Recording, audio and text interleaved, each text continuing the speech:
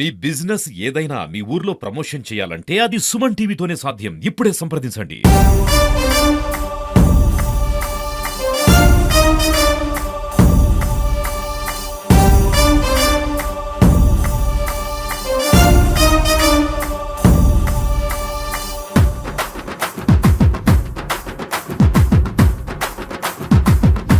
చాలా విశిష్టతతో నేను అంటే నా ఒక జీవితంలో ఇది ఒక అత్యున్నత స్టెప్గా నేను భావిస్తూ ఉన్నాను. ఈవెన్ నేను నా గ్రాడ్యుయేషన్ అయిన తర్వాత నేను జాబ్ వచ్చినప్పుడు కూడా ఇంతగా ఫీల్ అవ్వలేదు. ఈరోజు చాలా అంటే ఒక రెస్పాన్సిబిలిటీ నా మీద ఎంత ఉంది అనేది ఈ మధ్య కాలంలోనే అంటే మాకు అపాయింట్మెంట్ అయ్యి ఇంతవరకు వచ్చిన తర్వాత కూడా నేను ఎన్నో చూశాను. ఇక్కడ ఉన్నటువంటి నాయకులందరి మద్దతుతో వివిధ నియోజకవర్గాలలో కండక్ట్ చేసిన మీటింగుల తర్వాత ఏఐసిసి వారు సంపూర్ణంగా ఎంతో స్టడీ చేసి తర్వాత మా నాయకులు అగ్రనాయకులందరి యొక్క అభిప్రాయాలు సేకరించి ఇక్కడ నన్ను జిల్లా అధ్యక్షుడిగా నియమించడం జరిగింది. ఇందాక అన్న చెప్పినట్లు నా ఏజ్ తక్కువైనా కూడా నేను చాలా వర్క్ చేశాం. ఎప్పటి నుంచో కూడా నేను స్టూడెంట్ లీడర్గా, ఒక యూనివర్సిటీ ప్రెసిడెంట్గా, దాని తర్వాత ఒక కొన్ని ఆర్గనైజేషన్స్ రన్ చేస్తూ ఎన్నో విధాలుగా పోరాటాలు చేస్తూ వచ్చినవాడిని. ఇక్కడ నాకు తెలిసి ఈ యొక్క జిల్లాలో ఇప్పుడున్న నాయకుల కంటే ఎక్కువ ప్రతి జిల్లాలో ప్రతి ఊరిలో ఏదో కొంత గొప్ప ఒక రిలేషన్స్ ఉంటూ అక్కడ సమస్యల గురించి ఏదో ఒక విధంగా గొంతుకు విప్పిన వాడిని నేను ఒక్కనే. ఇప్పుడున్న అధికార పక్షం కావచ్చు, లేకపోతే ప్రతిపక్షం కావచ్చు, దాంట్లో మేము ఈరోజు కాంగ్రెస్ పార్టీ గలం ఒక రకంగా ఉన్నా కూడా ఎన్నో సాధించిన వాళ్ళం మేము. ఈరోజు ఈ యొక్క నన్ను చాలా మంది అడిగారు కూడా, ఇంత ఫైట్ చేస్తూ ఎందుకు మీరు ఈ పార్టీలో ఉన్నారంటే ప్రతి ఒక్కరు కూడా మనం అందరం కూడా తెలుసుకోవాలి, ఈ జిల్లాకి ఏమన్నా చేసిందంటే అది కేవలం కాంగ్రెస్ పార్టీ మాత్రమే. ఈ జిల్లాలో కనీసం కొంతమంది అన్నం తింటున్నారు, కొంతమందికి ఉండడానికి ఇల్లు ఉంది, లేకపోతే కొంతమంది బ్రతకడానికి వాళ్ళకి కనీసం పొలాలు ఉన్నాయి, వాళ్ళు గర్వంగా బతికినారు అంటే అది కేవలం ఆ రోజు కాంగ్రెస్ పార్టీ తీసుకుని వచ్చినటువంటి కొన్ని వాళ్ళు చేసినటువంటి పనులు కావచ్చు, కాంగ్రెస్ పార్టీ వచ్చినటువంటి కొన్ని స్కీమ్స్ కావచ్చు. మన ప్రాంతం అంతా కూడా కరువు ప్రాంతం, వలసలు ఎక్కువ, ఎన్నో గ్రామాలు కూడా పొలాలుండి వలసలు పోయి ఇల్లులు ఖాళీ చేసిన గ్రామాలు చూసాం. వాటి మీద కూడా మేము ఎన్నో విధాలుగా మా ఒక గలం ఇప్పాం. కాంగ్రెస్ పార్టీ ఇక్కడ కనీసం మీకు తెలుసు, నీళ్లు తీసుకొని వచ్చింది కాంగ్రెస్ పార్టీ, రోడ్లు వేసింది కాంగ్రెస్ పార్టీ, అసలు కనీసం కరెంట్ వచ్చిందంటే కూడా ఏదో కొన్ని గ్రామాల్లో కేవలం కాంగ్రెస్ పార్టీ మాత్రమే. ఈరోజు కాంగ్రెస్ పార్టీ చేసిన పనులతోనే కొన్ని పార్టీలు ఇక్కడ బతుకుతూ ఉన్నాయి. ఈరోజు కొన్ని పార్టీలు, ఇప్పుడు ఎగ్జాంపుల్ గా బీజేపీ తీసుకుంటే రాయలసీమ డిక్లరేషన్ అని చెప్పేసి బీజేపీ ఎంతవరకు ఇంప్లిమెంట్ చేసింది అనేది మనమందరం కూడా ఆలోచన చేయాలి.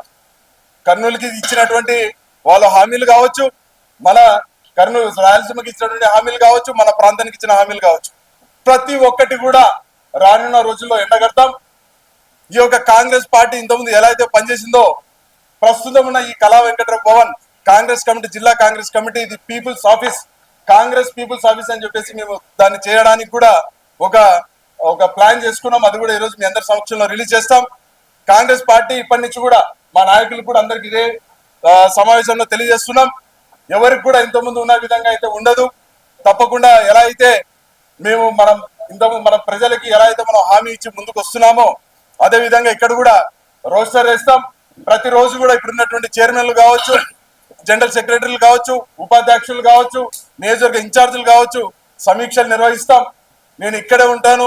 ప్రతి రోజు ఒక నియోజకవర్గం తిరుగుతాం. అలాగే ప్రతి నెల ఒక జనరల్ బాడీ మీటింగ్ కండక్ట్ చేస్తాం. ఒక నెల జనరల్ బాడీ మీటింగ్ కావచ్చు, ఒక నెల ఎగ్జిక్యూటివ్ మీటింగ్ కావచ్చు. కాంగ్రెస్ పార్టీని ప్రజలకు తీసుకుపోవడానికి అన్ని విధాలుగా ఈ ఆఫీస్ ని ఇక్కడ ఒక ట్రైనింగ్ క్యాంపులు నిర్వహిస్తాం. ప్రతి ఒక్కటి కూడా మేము ఎలా అయితే మేము సర్వోదయ సంఘంలో మేము నేర్చుకొని వచ్చామో అన్ని ఇక్కడ ఇంప్లిమెంట్ చేయడానికి, అన్ని ఉన్నటువంటి మా సెల్స్ అన్నిటి కూడా పని చేయడానికి మేము ఒక ప్లాన్ చేసుకున్నాం. దాని తగ్గట్టే ఇక్కడ ఉన్నటువంటి మా సోదరులు కావచ్చు, పక్కన జిల్లా సోదరులు ఇక్కడ గద్వాల్ కావచ్చు, రాయచూర్ కావచ్చు, అక్కడ వాళ్ళు ప్రభుత్వంలో ఉన్నారు, అక్కడ నాయకుల్ని ఇక్కడ తీసుకొని వస్తాం. ఇక్కడ కూడా కాంగ్రెస్ పార్టీ బలోపేతం చేయడానికి అన్ని విధాలుగా నేను పోరాడతానని చెప్పేసి, అదే విధంగా ఇక్కడ ఉన్నటువంటి నాయకులందరూ కూడా ఈ రోజు నుంచి తెలుసుకోవాల్సిన అవసరం ఉంది. మీ మద్దతు నాకుంటే నా మద్దతు మీకుంటుంది. మద్దతు లేకపోతే కనీసం పోరాడి ఎక్కడికైనా కానీ వెళ్ళడానికి మేము సిద్ధంగా ఉన్నాం. ఈ పార్టీ కాంగ్రెస్ పార్టీ అంటే ప్రజల పార్టీ అని మళ్ళీ మరొకసారి మనమందరం కూడా నిరూపించుకోవాల్సిన అవసరం ఉంది. ఎవరు కూడా మాకు మద్దతు తెలుపుకోకుండా వాళ్ళ ఇష్టానుసారం చేస్తామంటే మాత్రం ఎవరిని కూడా సహించేది లేదు. తప్పకుండా ఎలా అయితే మన నాయకులు రాహుల్ గాంధీ గారు కావచ్చు, షర్మిలమ్మ కావచ్చు, ఎలా అయితే ప్రజల కోసం పోరాడుతున్నారో వాళ్ళకి మనం కంప్లీట్ గా మనం రాహుల్ గాంధీ గారిని ప్రధానమంత్రి చేసుకోవాల్సిన అవసరం ఉంది. కాబట్టి ఆ పోరాటంలో మీరు భాగస్వాములు అవుతే ఓకే, లేదంటే మాత్రం తప్పకుండా చర్యలు ఉంటాయి. మేము పనిచేస్తాం, మీరు పనిచేయండి అని చెప్పేసి నాయకులందరూ కూడా కోరుతా ఉన్నా. అదే విధంగా నా తప్పులు ఏమన్నా కూడా మీరు నా దృష్టికి తీసుకురండి, తప్పకుండా రెక్టిఫై చేసుకుంటాం. మీ సూచనలు సలహాలు ప్రతి ఒక్కటి కూడా తీసుకుంటాం. అలాగే ప్రజలు ఇచ్చినటువంటి సూచన సలహాలు కూడా మనం తీసుకుందాం.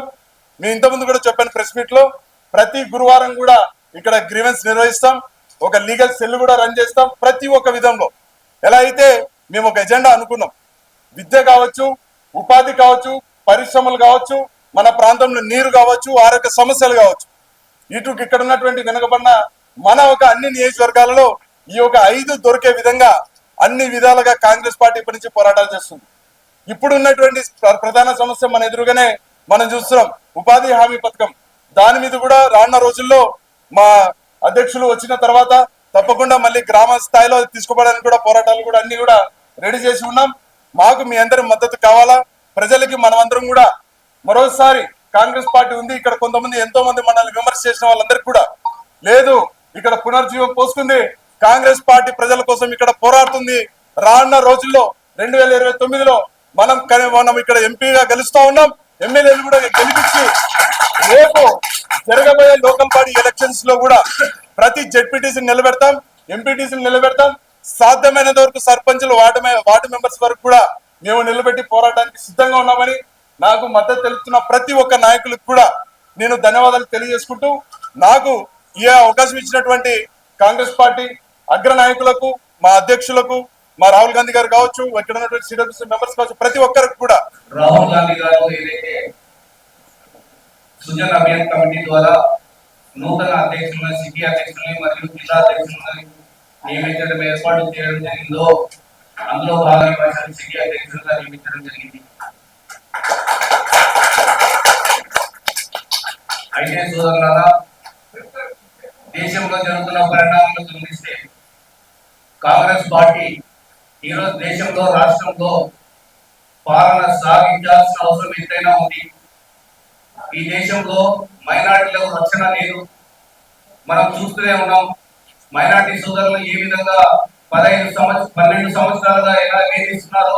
సిఏఏ అని, ఎన్ఆర్సీ అని, త్రిపుల్ తలాక్ అని, ఆర్టికల్ 360 అని, మొన్న ఒక బిల్ అని ఏ విధంగా వేధిస్తున్నారో మీరు చూస్తూనే ఉన్నారు.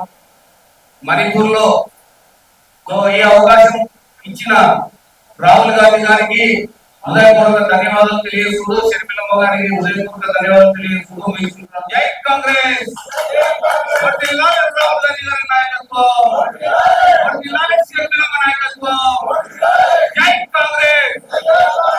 కర్నూలు జిల్లా అధ్యక్షునిగా నియమితులైన క్రాంతి నాయుడు గారు సంఘటన్ సృజన్ అభియాన్ అని చెప్పి దేశంలోనే మొదటిసారిగా ఎలక్షన్ కి తగ్గకుండా ఓ ప్రాసెస్ ద్వారా దేశం మొత్తం అందరూ సలహాలు సూచనలు తీసుకొని ఎవరైతే రాబోయే రోజుల్లో పార్టీని ముందుకు నడిపించి పార్టీతో పాటు ఉండి పార్టీ ఐడియాలజీ ఉన్న వాళ్ళని సెలక్షన్ ప్రాసెస్ లో మన క్రాంతి నాయుడు గారిని జిల్లా అధ్యక్షుడిగా, జిలాని గారిని పట్టణ అధ్యక్షుడిగా నియమించడం జరిగింది. ఇంతకుముందు ఒక పలుకుబడి ఉండి మిగతా ఇన్ఫ్లుయెన్స్ వల్ల ఏదైతే అధ్యక్షుల్ని నియమించే వాళ్ళు ఇక్కడ కర్నూలే కాదు, మిగతా జిల్లాల్లో, మిగతా రాష్ట్రాల్లో, తెలంగాణలో మాకు కూడా జరిగింది. రీసెంట్గా అంటే నేనే అనుకున్నాను 40 ఏళ్ళకి చిన్న వయసులోనే నన్ను జిల్లా అధ్యక్షుడు చేశారు అని చెప్పి. ఇక్కడ మన క్రాంతి వచ్చేసి 35 ఏళ్ళకి నా తమ్ముడు జిల్లా అధ్యక్షుడు అవ్వడం, ఎంతో గొప్ప గొప్ప వాళ్ళు ఈ జిల్లాకి అధ్యక్షత వహించారు.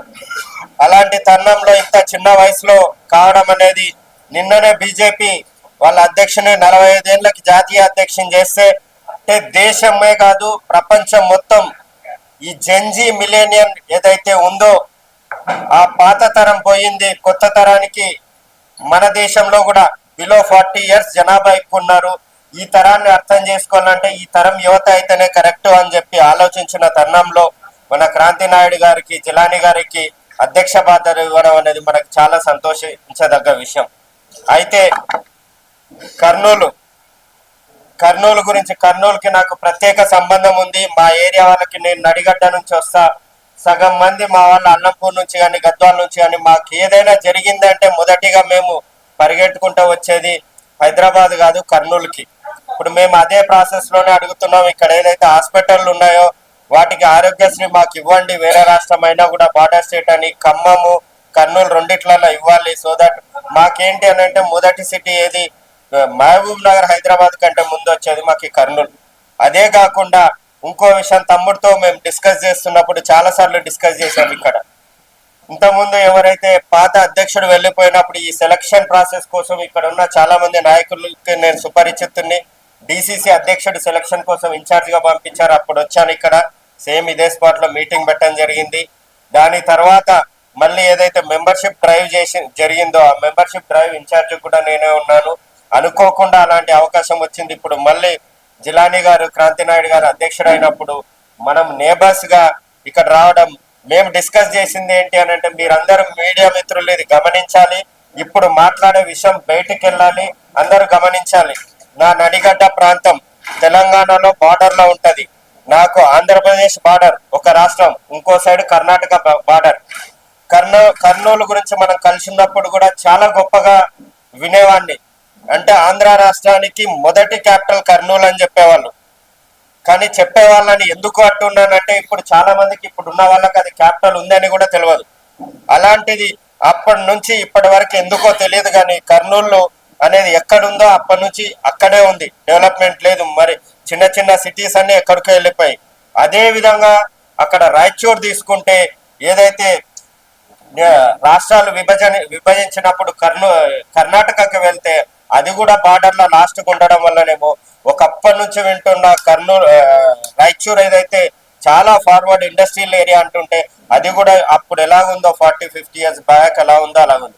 మా నడిగడ్డ ప్రాంతం కూడా అదే తీసుకుంటే అన్ని ఉన్నా కూడా ఇప్పటి వరకు డెవలప్మెంట్ 40-50 ఇయర్స్ నుంచి ఇది పార్టీలకు సంబంధం లేకుండా ఈ ట్రయాంగిల్ గా ఈ అమ్మవారి దయ వల్ల ఈ 3 ప్రాంతాలు ఏదైతే ఉన్నాయో మరి అభివృద్ధికి నోచుకోలేదు.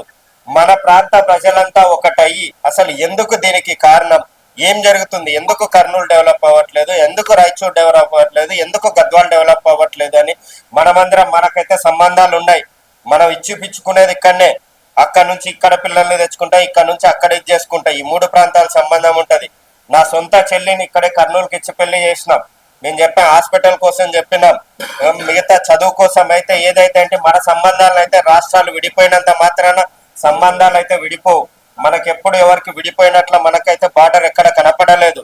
ఇప్పుడు తమ్ముడు అధ్యక్షత అక్కడున్న జిల్లా అధ్యక్షుడు జిలాని గారు అందరము మిగతా నాయకులు అందరూ కలిసి ఒక సమీక్ష చేసే అవసరం ఉంది. ఈ 3 ప్రాంతాల ప్రజలు ఒక దగ్గరకు వచ్చి ఒక మేధావులనంతా కలుపుకొని అసలు ఏం చేయాలి, మన ఏరియా డెవలప్ అవ్వాలి అనంటే దాని గురించి సమీక్ష చేసే సమయం వచ్చింది, ఆసన్నం వచ్చింది. ఇంతకంటే మంచి రోజు ఇంకోటి లేదని చెప్పి ఇది చెప్తున్నాను. రాబోయే రోజుల్లో నాకు ఎలాంటి డౌట్ లేదు. కాంగ్రెస్ పార్టీ సిద్ధాంతాన్ని, కాంగ్రెస్ పార్టీలో ఉన్న ప్రతి ఒక్క ట్రైనింగ్, హైయెస్ట్ ట్రైనింగ్ మాదే. సర్వోదయ సంఘం అనేది అయితే ఉందో 3 నెలల ట్రైనింగ్ నాతో పాటు చేసిండు తమ్ముడు. 1 బ్యాచ్ జూనియర్ అయినా కూడా చాలా శ్రద్ధగా 3 నెలలు ట్రైనింగ్ చేసిండు. అక్కడ పరిస్థితులు, పార్టీని ఏ విధంగా ముందుకు తీసుకెళ్లాలో రాహుల్ గాంధీ గారు స్వయంగా ఆయన టీము మాతో పాటు లాస్ట్ కి ఇంటరాక్ట్ చేసి దేశంలో ఉన్న పరిస్థితులు ఏంది, మన రాష్ట్రంలో ఉన్న పరిస్థితులు ఏంటి, రాబోయే రోజుల్లో కాంగ్రెస్ పార్టీని ఎలా ముందుకు తీసుకెళ్లాలనేది తనకు క్లియర్ గా అవగాహన ఉంది. మిగతా సీనియర్ నాయకులు, పాత్రికేయ మిత్రులు, కార్యకర్తలు అందరూ సపోర్ట్ చేసి మన పార్టీని ముందుకే, స్వాతంత్రం తీసుకొచ్చిన పార్టీని ఇప్పుడు దేశం ఉన్న పరిస్థితులలో మన దేశాన్ని కాపాడుకోవాలన్నా, రాజ్యాంగాన్ని కాపాడుకోవాలన్నా, మన హక్కుల్ని కాపాడుకోవాలన్నా కాంగ్రెస్ పార్టీ అనేది ఈ దేశంలో చాలా ముఖ్యం. రాహుల్ గాంధీ గారు ప్రధానమంత్రి కావడం ముఖ్యం. దానికోసం మీ అందరి సహాయ సహకారాలు నా తమ్ముడు క్రాంతి నాయుడు గారికి కంపల్సరీ, జిలాని గారికి కంపల్సరీగా ఉంటాయని చెప్పి కోరుకుంటున్నాను. నన్ను ఇక్కడ ఆహ్వానించినందుకు చాలా సంతోషంగా, ఇది పంచుకోవడానికి మీకు నాకు ఈ అవకాశం కలిగినందుకు చాలా సంతోషిస్తూ రాబోయే రోజుల్లో కూడా మనం మళ్ళీ మళ్ళీ కలుసుకోవాలి ఈ ప్రాంత ప్రజలు, మా ప్రాంత ప్రజలు అని చెప్పి కోరుకుంటూ ఈ అవకాశం ఇచ్చిన అందరికీ ధన్యవాదాలు.